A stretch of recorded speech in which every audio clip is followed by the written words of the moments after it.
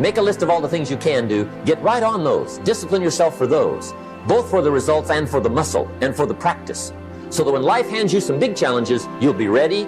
But see, if you don't handle the small ones, you can't take care of the big ones. Here's the steps. Number one, find out how things work. The first key to doing better is find out. To change your life, really, you need ideas. There isn't anything an idea can't change.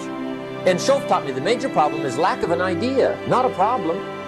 At first, I didn't have any money. I said to Mr. Schoaf, I don't have any money. He said, that's not a problem. Now, see, up until then, I always thought it was. I was confused. He said, no, the problem is lack of an idea on how to create money and wealth. It isn't lack of money, it's lack of ideas. So if you get the ideas, see, you can change anything. Now, to get ideas, you need a constant study of finding out.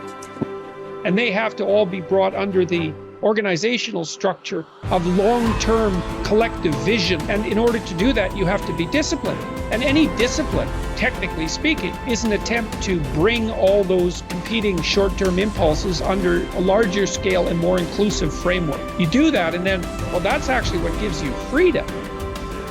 If you're going to mess around with very complicated and dangerous matters, you should really put your life together. We also know that the higher your conscientiousness, the lower your neuroticism. Conscientiousness does seem to keep neuroticism in check. And so I would say, and have said this to many people, clean your room, organize your life, get a routine, establish disciplined habits. The next subject is setting goals. Let me show you what turned my life every way but loose. Setting goals. Here's what can easily happen if you don't set goals. It's easy to let life deteriorate into making a living instead of designing a life. And we all have a choice. Make a living or design a life. It's easy to get trapped by economic necessity. But the best advice I can give you on how to break out of that trap is to learn how to set goals. Mr. Schoaf put it to me this way. He said, Jim, if you had enough reasons, you could do the most incredible things. If you have enough reasons. Write down your why. What are you doing this for in life? Your why should be something so big that it changes the whole outlook on how things are with you and your purpose. Think about your passion. Think about your opportunities. And that's how you find your purpose. When that why meets up with your passion, your opportunity, your purpose, then you'll find out.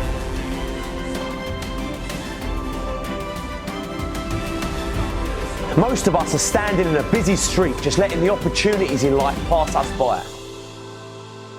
We're waiting for the perfect situation, the perfect circumstances, the perfect opportunity, the perfect time. There's never going to be a perfect time or the perfect moment. There's never a perfect moment to do something great with your life. Take a look at the clock. That thing ain't stopping for nothing, baby. It's going to keep ticking, keep moving, keep passing you by all the time you're waiting for it to read perfect o'clock. You have to take action now. Whatever that goal is, whatever that dream is that you're holding in your mind, now is the time. Forget all your excuses. Forget all your problems. Not tomorrow, not next week, but right here, right now. Why keep looking around at people that are where you want to be, living the type of life you want to live? Look at that place where they are and say to yourself, now is my time. Now is my moment. Now is your moment. Today is that day. I want you to be terrified of sitting on the sidelines and doing nothing. Waking up in 6 days or 6 weeks or 6 years or 60 years and being no closer to your goal. You've made no progress. That is the nightmare.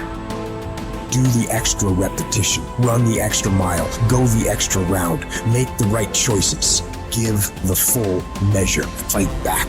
Go down swinging. Give every day everything you've got. Embed that long-term goal in your mind. Burn it into your soul.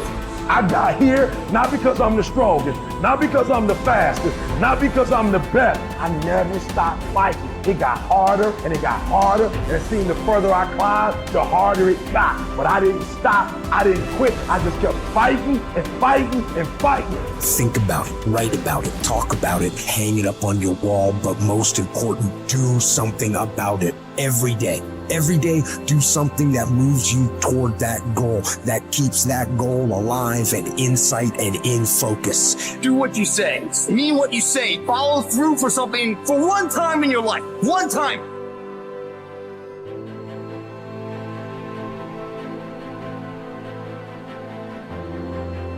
Most people can motivate themselves to do things simply by knowing that those things need to be done.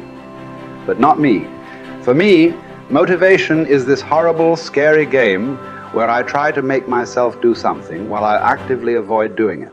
If I win, I have to do something I don't want to do. And if I lose, I'm one step closer to ruining my entire life. And I never know whether I'm going to win or lose until the last second. Temperance is not deprivation, but command of oneself physically, mentally, spiritually, demanding the best of oneself even when no one is looking, even when allowed less. It takes courage to live this way, not just because it's hard, but because it sets you apart. The warrior has awareness. We are aware that we are at war, and the war in our minds requires discipline. Not the discipline of a soldier, but the discipline of a warrior. Not the discipline from the outside to tell us what to do and not to do, but the discipline to be ourselves, no matter what. A weak mind must be constantly entertained and stimulated. A strong mind can occupy itself and, more important, be still and vigilant in moments that demand. Without the momentum of a stern discipline, motivation is mostly a momentary, flighty emotion. For it works best under the supervision of discipline, but can serve as not only an ally, but also an enemy, because in anything that requires your self-discipline, whether going to church, going to classes, going to workouts, going through trainings, completing jobs, reading books, living well, eating healthily, studying, practicing something, the more times you skip, the more relaxed and motivated you'll become about skipping. And the next thing you know, you've quit your fight altogether. Or put in short, the more you skip, the more you'll skip until you've quit. Maybe then you'll see that motivation bears its fruits when watered by discipline, but it spoils when not. We don't need accomplishments to feel good or to be good enough. What do we need? The truth. Not much. Some food and water.